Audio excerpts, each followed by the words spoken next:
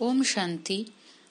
আজ 27/12/2023 বাবার মহাবাক্য। বাবা বলেছেন, মিষ্টি বাচ্চারা, দেবতাদের থেকেও উত্তম কল্যাণকারী জন্ম হলো তোমাদের, অর্থাৎ ব্রাহ্মণদের। কেননা তোমরা ব্রাহ্মণরাই বাবার সাহায্যকারী হও। প্রশ্ন বলেছেন বাবা, বাচ্চারা, এখন তোমরা বাবাকে কোন ধরনের সাহায্য করো? এই সাহায্যকারী বাচ্চাদের বাবা কি প্রাইজ দেন? উত্তরে বলেছেন বাবা পিউরিটি পিসে রাজ্য স্থাপন করছেন। আমরা তাকে পিত্তর থেকে পিউরিটির সাহায্য করি।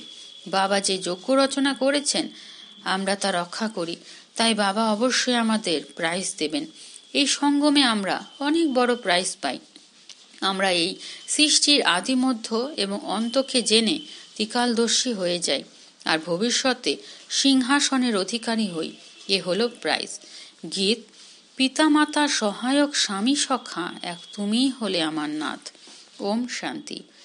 এ কার মহিমা? পরম প্রিয় পরমপিতা পরমাত্মা শিব, এ হলো তারই মহিমা। তার নাম যেমন উচ্চ থেকে উচ্চ, তার ধামও তেমন উচ্চ থেকে উচ্চ। পরমপিতা পরমাত্মার অর্থ হলো সবার থেকে উচ্চ আত্মা। আর কাউকে পরমপিতা পরমাত্মা বলা হয় না। তার মহিমা অপরমাপার। এমনও বলা হয় যে তার এমনই মহিমা যে তার পার বা সীমা পাওয়া যায় না। ঋষিমুনিরাও এমন বলতেন যে তার পার পাওয়া যায় না। তারাও নেতি নেতি এটাও নয় ওটাও নয় বলে আসছেন। নইলে বাবা স্বয়ং এখন এসে নিজের পরিচয় দিচ্ছেন কেন? বাবার পরিচয় তো পাওয়া উচিত, তাই না? বাচ্চারা এই পরিচয় পাবে কিভাবে? যতক্ষণ না তিনি এই ভূমিতে আসছেন ততক্ষণ আর কেউই তার পরিচয় দিতে পারেন না। যখন ফাদার শোস সন, তখন সন শোস ফাদার। বাবা সন্তানদের দেখায়, তখন সন্তানরাও বাবাকে প্রদর্শন করায়। বাবা বোঝান যে আমারও নাটকে পার্ট নিহিত আছে। আমাকে এসেই পতিতদের পবিত্র বানাতে হয়। সাধু সন্তরাও গাইতে থাকে, পতিত পাবন সীতারাম এসো, কেননা এ হলো রাবণ রাজ্য। রাবণ কম কিছু নয়। সম্পূর্ণ দুনিয়াকে তমপ্রধান পতিত কে বানিয়েছে? রাবণ বানিয়েছে। আবার এদেরই পবিত্র বানান সমর্থ রাম। অর্ধেক কল্প রামরাজ্য চলে, আবার অর্ধেক কল্প রাবণ রাজ্য চলতে থাকে। রাবণ কে এ কথা কেউই জানে না। বছর বছর তারা রাবণ দহন করতে থাকে, তাও রাবণের রাজ্য চলতে থাকে। রাবণ থোড়াই জ্বলে। মানুষ বলে পরমাত্মা সমর্থ, তাহলে রাবণের রাজ্য কেন করতে দেয়? বাবা বোঝান যে এই নাটক হলো হার জিতের, স্বর্গ আর নরকে। এই ভারতের উপরই সম্পূর্ণ খেলা বানানো হয়েছে। এ হলো এক বানানো ড্রামা। এমন নয় যে পরমপিতা যেহেতু সর্বশক্তিমান তাই খেলা সম্পূর্ণ হওয়ার পূর্বে আসবেন, অথবা তিনি অর্ধেক অবস্থায় খেলা বন্ধ করতে পারেন। বাবা বলেন যে সম্পূর্ণ দুনিয়া যখন পতিত হয়ে যায় আমি তখনই আসি। এই কারণেই শিবরাত্রি পালন করা হয়। শিবায় নামও বলা হয়। ব্রহ্মা বিষ্ণু শঙ্করকে দেবতা নামও বলা হয়। শিবকে পরমাত্মার নম বলা হবে। বাবুলনাথ বা সোমনাথের মন্দিরে যেমন আছে, শিব কি তেমন? পরমপিতা পরমাত্মার রূপ কি এত বড় হতে পারে? অথবা আত্মাদের ছোট আর বড় এমন কি হতে পারে? প্রশ্ন তো আসবেই। এখানে যেমন ছোটদের বাচ্চা আর বড়দের বাবা বলা হয়, তেমনি পরমপিতা পরমাত্মা অন্য আত্মাদের থেকে বড়। আর আমরা আত্মারা কি ছোট? তা নয়। বাবা বলেন, বাচ্চারা, তোমরা আমার মহিমা গেয়ে থাকো। তোমরা বলো পরমাত্মার মহিমা অপরমাপার। তিনি হলেন মনুষ্য সৃষ্টির বীজ। পিতাকে তো বীজই বলা হবে, তাই না? তিনি হলেন সৃষ্টিকর্তা। বাকি যে সব বেদ, উপনিষদ, গীতা, যজ্ঞ, তপ, দান, পুণ্য, এসবই হলো ভক্তির সামগ্রী। এদেরও নিজের সময় আছে। অর্ধেক কল্প হলো ভক্তির, আর অর্ধেক কল্প হলো জ্ঞানের। ভক্তি হলো ব্রহ্মার রাত, আর জ্ঞান হলো ব্রহ্মার দিন। এই শিব বাবা তোমাদের বোঝান। এনার তো নিজের শরীর নেই। তিনি বলেন, আমি তোমাদের আবারও রাজযোগ শেখাই, রাজ্যভাগ্যের অধিকার দেওয়ার জন্য। এখন ব্রহ্মার রাত সম্পূর্ণ হয়েছে। এখনই ধর্মের গ্লানির সময় এসে উপস্থিত হয়েছে। মানুষ সব থেকে বেশি গ্লানি করে কার? পরমপিতা পরমাত্মা শিবের। লেখা আছে না, যদা যদা হি ধর্মস্য। এমন নয় যে আমি আগের কল্পে সংস্কৃতে জ্ঞান দিয়েছিলাম। ভাষা তো এটাই। ভারতে যখন দেবী দেবতা ধর্ম স্থাপনের জন্য অতিমাত্রায় গ্লানি হয়, আমাকে মানুষ নুড়ি পাথরে বলে দেয়, আমি তখন আসি। যে ভারতকে স্বর্গ বানায়, পতিতকে পাবন বানায়, তার কত গ্লানি করেছে। বাচ্চারা, তোমরা জানো ভারত হলো সব থেকে পুরনো খণ্ড, যা কখনোই বিনাশ হয় না। সত্যযুগে লক্ষ্মীনারায়ণের রাজ্য এখানেই হয়। এই রাজ্য স্বর্গের রচয়িতাই দিয়েছেন। এখন তো সেই ভারতই পতিত। তখন আমি আসি। সেই সময় তার মহিমা গাওয়া হয় শিবায় নম। এই অসীম জগতের ড্রামায় আমাদের সকল আত্মার পার্ট নিহিত আছে, যা রিপিট হয়, যার থেকে কোনো একটু টুকরো বের করে জাগতিক ড্রামা বানায়। এখন আমরা ব্রাহ্মণ, এরপর দেবতা হব। এ হলো ঈশ্বরীয় বর্ণ। এ হলো আমাদের 84 জন্মের অন্ত। এতে আমাদের 4 বর্ণের জ্ঞান আছে। তাই ব্রাহ্মণ বর্ণ সব থেকে উঁচু, কিন্তু মহিমা বা পূজা দেবতাদের হয়। ব্রহ্মার মন্দিরও আছে, কিন্তু কেউই জানে না যে এখানে পরমাত্মা এসে ভারতকে স্বর্গ বানান। স্থাপনা যখন হয় তখন বিনাশও প্রয়োজন। তাই বলা হয় রুদ্র জ্ঞান যজ্ঞে বিনাশের অগ্নিজ্বালা প্রজ্বলিত হয়। সেই বাবাই যখন বাচ্চাদের বোঝাচ্ছেন, মিষ্টি বাচ্চারা, এ হলো তোমাদের অন্তিম জন্ম। আমি তোমাদের আবার স্বর্গের অবিনাশী উত্তরাধিকারী দিতে এসেছি। এ হলো তোমাদের অধিকার। কিন্তু যে আমার শ্রীমতে চলবে, আমি তাকে স্বর্গের উপহার দেব। ওরাও শান্তির উপহার পায়। বাবা কিন্তু তোমাদের স্বর্গের উপহার দেন। বাবা বলেন, আমি কিন্তু নেব না। আমি তোমাদের দ্বারা স্থাপনা করাই, তাই তোমাদেরই এই উপহার দিই। তোমরা তো শিব বাবার পৌত্র এবং ব্রহ্মার সন্তান। এত বাচ্চা তো প্রজাপিতা ব্রহ্মাই দত্তক নেবেন, তাই না? এই ব্রাহ্মণ জন্ম হলো তোমাদের সব থেকে উত্তম জন্ম। এ হলো কল্যাণকারী জন্ম। দেবতাদের জন্ম অথবা শূদ্রদের জন্ম কল্যাণকারী নয়। তোমাদের এই জন্ম হলো খুবই কল্যাণকারী। কেননা তোমরা বাবার সাহায্যকারী হয়ে এই সৃষ্টিতে পবিত্রতা এবং শান্তি স্থাপন করো। ওই পুরস্কার দাতারা সে কথা কি জানেন? ওরা তো কোনো আমেরিকান আদিদের দিয়ে দেয়। বাবা তবুও বলেন, যারা আমার সাহায্যকারী হবে আমি তাদের প্রাইজ দেব। পবিত্রতা থাকলে সৃষ্টিতে শান্তি এবং সমৃদ্ধিও থাকবে। এ তো বেশ্যালয়। সত্যযুগ হলো শিবালয়। শিব বাবার সেই যুগ স্থাপন করছেন। সাধু সন্ন্যাসীরা হলেন হঠযোগী। তারা গৃহস্থ ধর্মের মানুষদের সহজ রাজযোগ শেখাতে পারেন না। যতই হাজার বার গীতা মহাভারত পড়ুক না কেন, ইনি তো সবার বাবা। তিনি সকল ধর্মের মানুষদের বলেন, তোমাদের বুদ্ধিযোগ এক আমার সঙ্গে লাগাও। আমিও এক ছোট বিন্দু, এত বড় নই।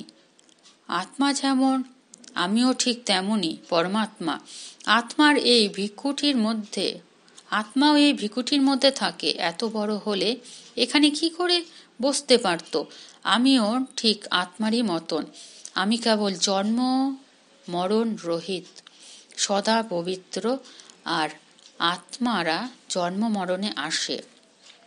আত্মা পবিত্র থেকে পতিত, আবার পতিত থেকে পবিত্র হয়। বাবা এখন আবার সবাইকে পতিত থেকে পবিত্র বানানোর জন্য এই রুদ্র জ্ঞান যজ্ঞের রচনা করেছেন। এরপর সত্যযুগে কোনো যজ্ঞ হয় না। আবার দ্বাপর যুগ থেকে অনেক প্রকারের যজ্ঞ রচনা করা হয়। সম্পূর্ণ কল্পে এই রুদ্র জ্ঞান যজ্ঞ একবারই রচনা করা হয়, এতেই সকলের আহুতি হয়।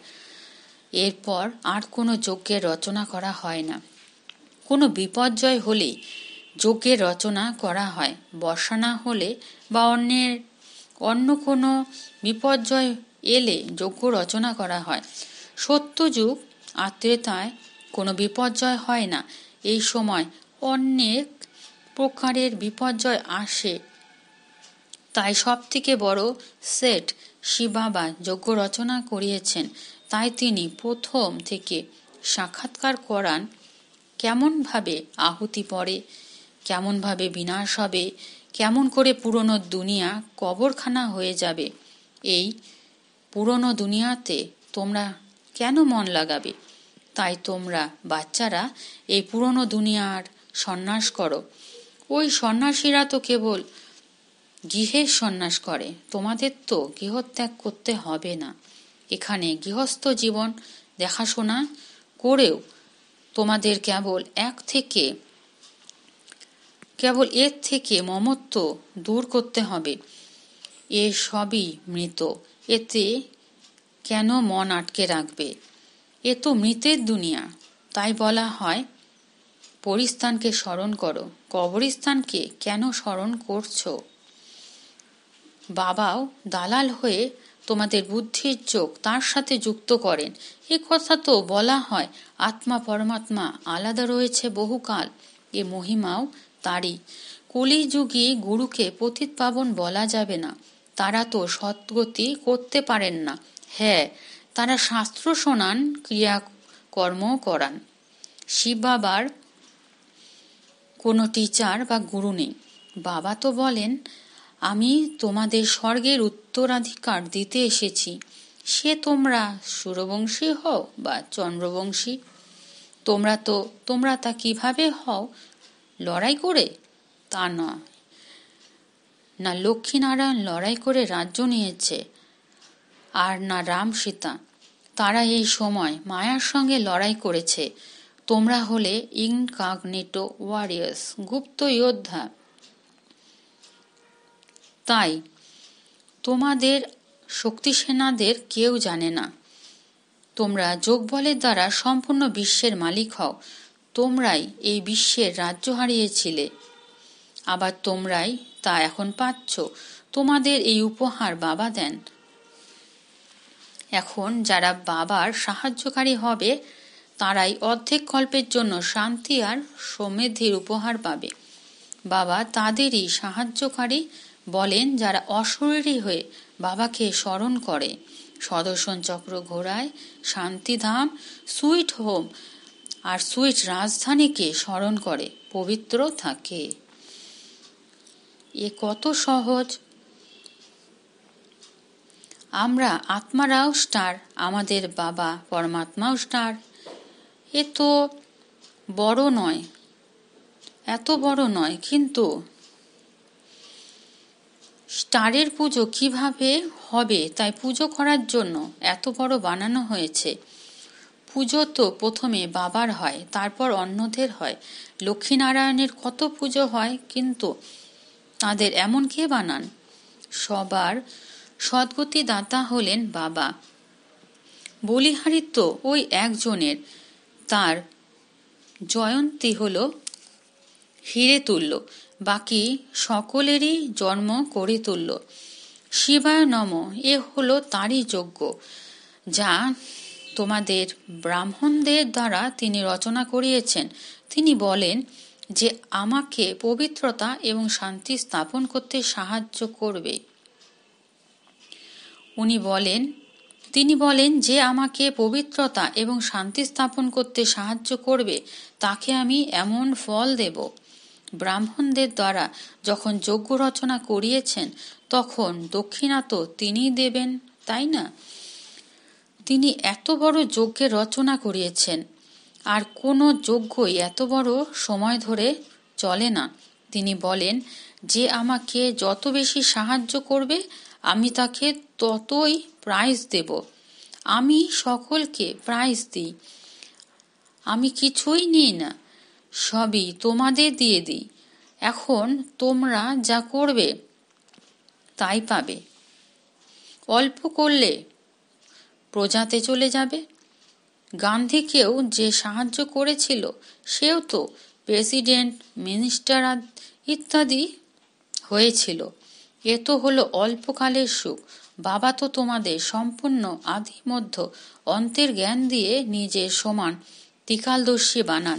তিনি বলেন, আমার বায়োগ্রাফি জানলে তোমরা সব কিছু জেনে যাবে। সন্ন্যাসী থোড়াই এই জ্ঞান দিতে পারে, তাদের থেকে অবিনাশী উত্তরাধিকার কি পাবে? তারা তো তাদের জায়গায় একজনকেই দেবে, বাকিরা কি পায়? বাবা তো তোমাদের সবাইকেই আসনের অধিকারী দেবেন। আমি কত নিষ্কাম সেবা করি, আর তোমরা তো আমাকে নুড়ি পাথরে দিয়ে কত গ্লানি করেছ। ড্রামাতে এও বানানো আছে, যখন তোমরা করির মতো হয়ে যাও আমি তখন এসে তোমাদের হীরের মতো বানাই। আমি তো অগুন্তি বার ভারতকে স্বর্গ বানিয়েছি, মায়া আবার তাকে নরক বানিয়ে দিয়েছে। এখন যদি প্রাপ্তি করতে হয় তাহলে বাবার সাহায্যকারী হয়ে প্রকৃত প্রাইজ নিয়ে নাও। এর মধ্যে পবিত্রতা হলো 1 নম্বর। বাবা সন্ন্যাসীদেরও মহিমা করেন, ওরাও তো ভালো, ওরা পবিত্র থাকে। এরাও তো ভারতকে অবনমন হওয়ার হাত থেকে রক্ষা করেন, না হলে কি জানি কি হয়ে যেত। এখন কিন্তু ভারতকে স্বর্গ বানাতে হবে, তাহলে অবশ্যই ঘর গৃহস্থিতে থেকে পবিত্র থাকতে হবে। বাপ দাদা দুজনেই বাচ্চাদের বুঝিয়ে বলেন। শিব বাবাও এই পুরনো জুতোরূপী শৈলের দ্বারা বাচ্চাদের রায় দেন।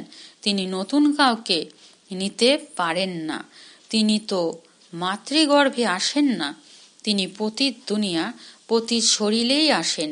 এই কলিযুগে হলো ঘোর অন্ধকার, এই ঘোর অন্ধকারেই আলোকময় বানাতে হবে। আচ্ছা মিষ্টি মিষ্টি হারানিধি বাচ্চাদের প্রতি মাতা পিতা বাপদাদার স্মরণের স্নেহ সুমন আর সুপ্রভাত। আত্মাদের পিতা আর আত্মারূপী বাচ্চাদেরকে জানাচ্ছেন নমস্কার। ধারণার জন্য মুখ্যসার। 1 নম্বর বলেছেন, অসীম জগতের এই দুনিয়াকে মন থেকে সন্ন্যাস করে নিজের মমত্ব দূর করতে হবে। এখানে মন লাগাবে না। 2 নম্বর বলেছে, বাবার সাহায্যকারী হয়ে প্রাইজ নেওয়ার জন্য 1 অশরীরী হতে হবে, 2 পবিত্র থাকতে হবে, 3 সুদর্শন চক্র ঘোরাতে হবে, 4 সুইট হোম আর সুইট রাজধানীকে স্মরণ করতে হবে। বরদান বলেছেন বাবা, বিশেষত্বকে সামনে রেখে সর্বদা খুশি মনে এগিয়ে যাওয়া, নিশ্চয় বুদ্ধি বিজয়ী রত্ন ভব। বিস্তারে বলেছেন, নিজের যা কিছু বিশেষত্ব রোজই তাকে সামনে রেখো, তাহলে দুর্বলতার প্রতি নয় নিজের প্রতি বিশ্বাস থাকবে। দুর্বলতার কথা বেশি চিন্তা করো না, তাহলে খুশি মনে এগিয়ে যেতে থাকবে। এই নিশ্চয় রেখো যে বাবা সর্বশক্তিমান, তাহলে তার হাত